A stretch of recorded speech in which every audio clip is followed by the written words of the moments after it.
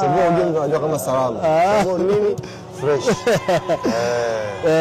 Bwana mshukuru Mwenyezi Mungu bwana, kila kitu kiko sawa. Leo ni -1 kwa lugha ya mpira, ni siku moja kabla ya match day, siku yenyewe ya mchezo, na leo ni official training.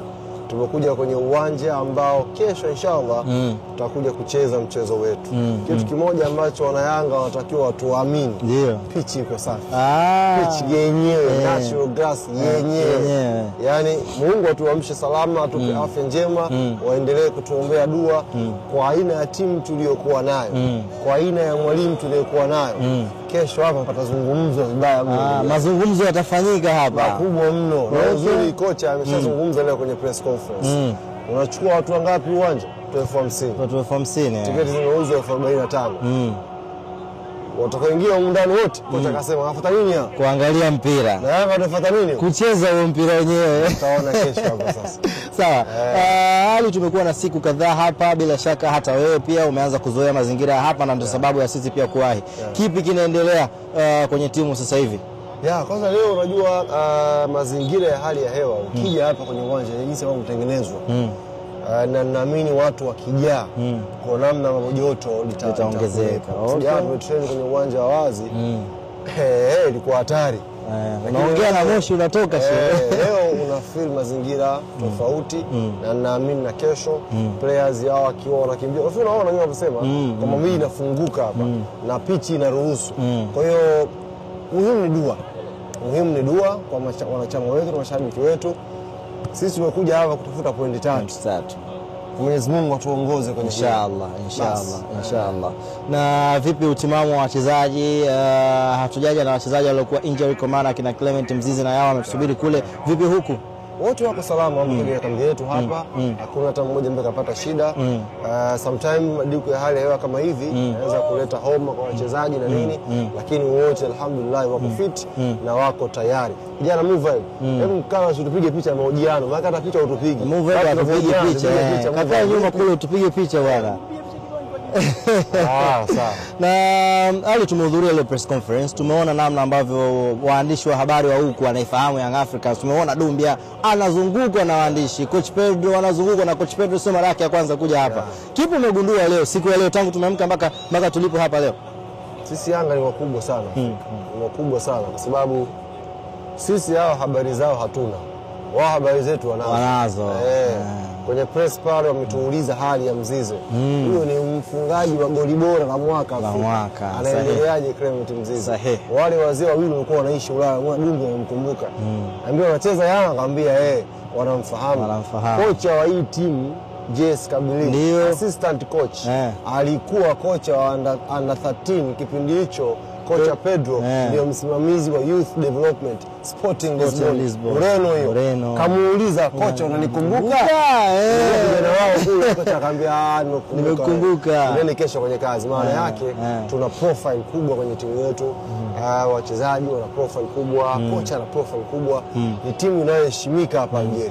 Sasa heshima kubwa yetu matokeo. Ndio mzee mkubwa over. Ndio.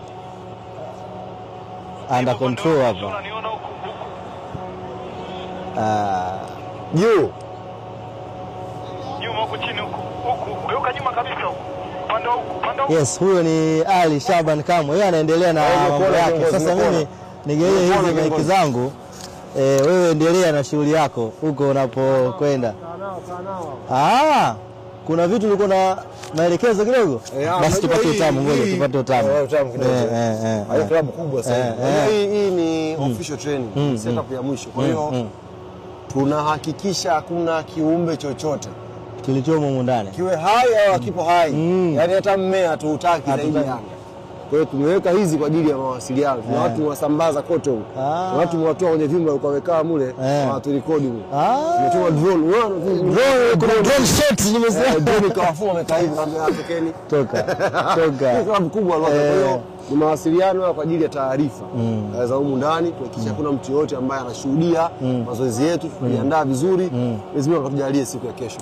wale mashabiki wamekuwa wakituma sana message. Tunaombea dua hao watu waliotowafanyia airport pale kitalipo uwanjani. Wananchi wameungana kule nyumbani Dar es Salaam. Pengine neno kutoka kwa uongozi wa Africans kwa ambao wametoa muda wao, wengine wanasafiri kwenda kutazama mechi pamoja pale nyumbani Tanzania. Kuna watu wametoa muda wao mkubwa sana na thamani yao hatuwezi kuiacha hivi hivi. Uongozi wa Africans unasemaje kwa mashabiki?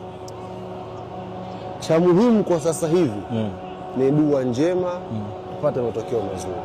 Mambo hayo ya airport, mambo ya wapi hayana umuhimu tena. Cha muhimu ni Yanga tuamke salama, dua za wanachama wetu, mashabiki wetu zikawe muongozo wa sisi tupate matokeo mazuri. Inshallah. Kwa mashabiki wetu Young Africans tuendelee na dua.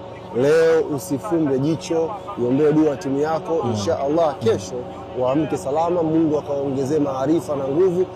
Mechi ni ngumu, lakini tunayo quality, tunayo experience ya kushinda mechi ngumu. Na uzuri wa Nigeria wanatujua. Inshallah. Kama Yanga pakisema tukitibuka wanatibuka vipi. Naam. Kwa hiyo tuna hao mashabiki watakaojaa huko. Kasema Mohamed Dumbia ni motivation pia kwetu pambane kupata matokeo mazuri. Kwa hiyo wananchi waendelee kuwa na dua, tutakwenda kupambana siku ya kesho inshallah. Inshallah. Shukran. Shukran. Nipe sasa mimi nimalizane na wananchi wangu. Wewe endelea na over. Meneja habari na mawasiliano wa Yanga huyo Ali Shaban Kamwe akisisitiza kwamba dua ni muhimu sana huko ambapo uko wewe mwananchi. Huko sisi hali ni shwari kweli, tayari tumekwisha anza kuzoea mazingira huko, na leo kwenye press conference Mohamed Dumbia Momo mchezaji wetu amesisitiza kwamba uwanja huu anajua utajaa. Na ameshacheza kwenye mechi nyingi sana ambazo uwanja pia unajaa. Hivyo kelele za mashabiki kutoka timu pinzani zitatumotivate pia na sisi. Endelea pia kuimotivate Young Africans huko uliko kwa dua zako nyingi sana. Mimi ni Alwatan Abdulaziz, mwenzangu ni Frank photographer. Bye bye.